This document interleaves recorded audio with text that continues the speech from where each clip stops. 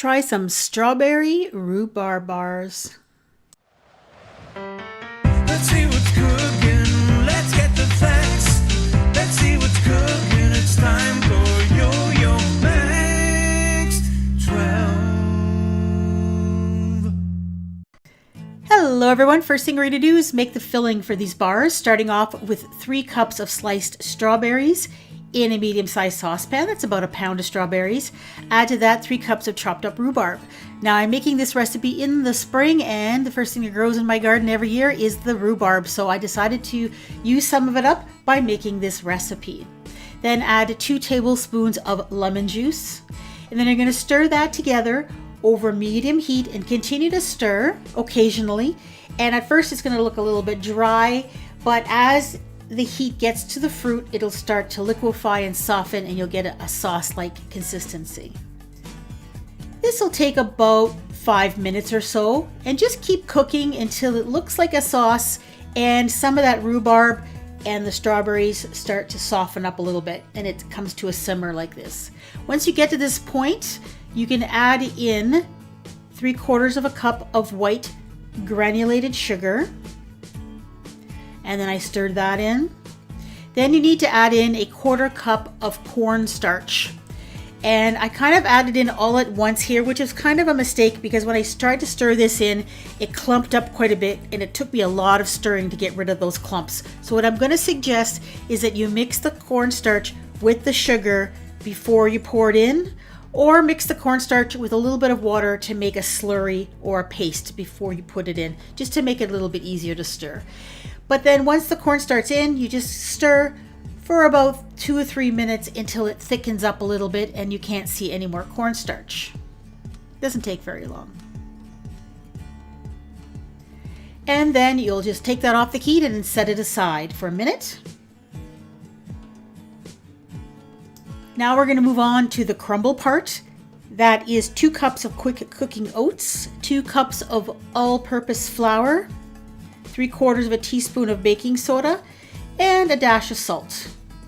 And at this point, I was also supposed to put in 1 1/3 cups of packed brown sugar, but I did not. I forgot.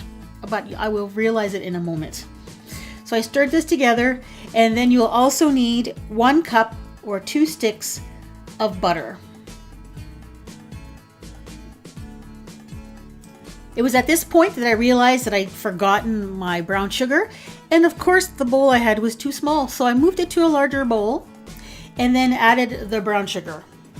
Now what you're going to do is you're going to start cutting in the butter into the brown sugar and the flour and the oat mixture, and you're going to cut it in either using a couple of butter knives, a pastry blender, wooden spoon, or even your fingers if you want. You just want to break that butter up and mix it in so that you get something that looks like coarse crumbs. It's not going to look like a cookie dough.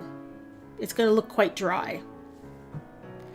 And once you get there, you're ready to put it in your pan. That's a 9 by 13 inch baking dish that I'm just coating with a little bit of cooking spray.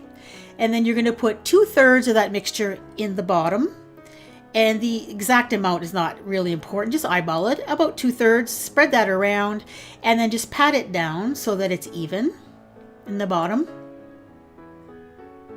Then take your cooked filling and pour it on top of that bottom layer. And then just spread it around a little bit so that it's even.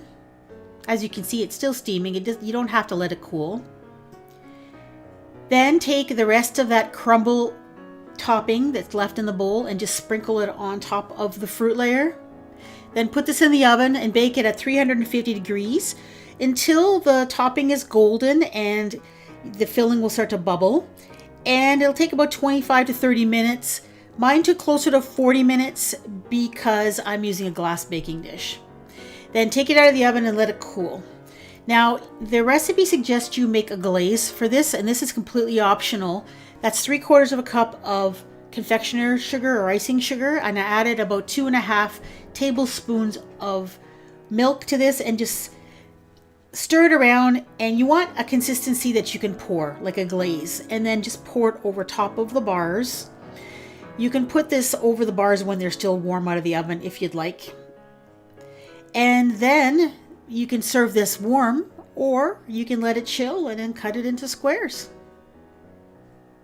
This would be absolutely fantastic, still warm out of the oven, with a scoop of vanilla ice cream on top.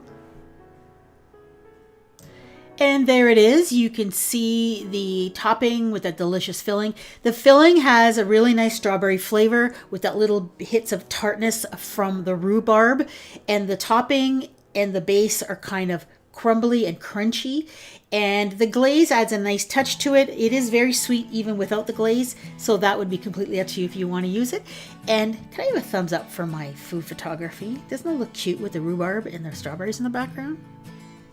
This recipe was a hit. My family loved it, and it's certainly going to be part of my yearly repertoire of recipes that use up some of my garden rhubarb. Now, another family favorite, and one that I do every single year and I've been doing for years, is this rhubarb cake. Give this one a try as well. You will absolutely love it. Thank you so much for watching.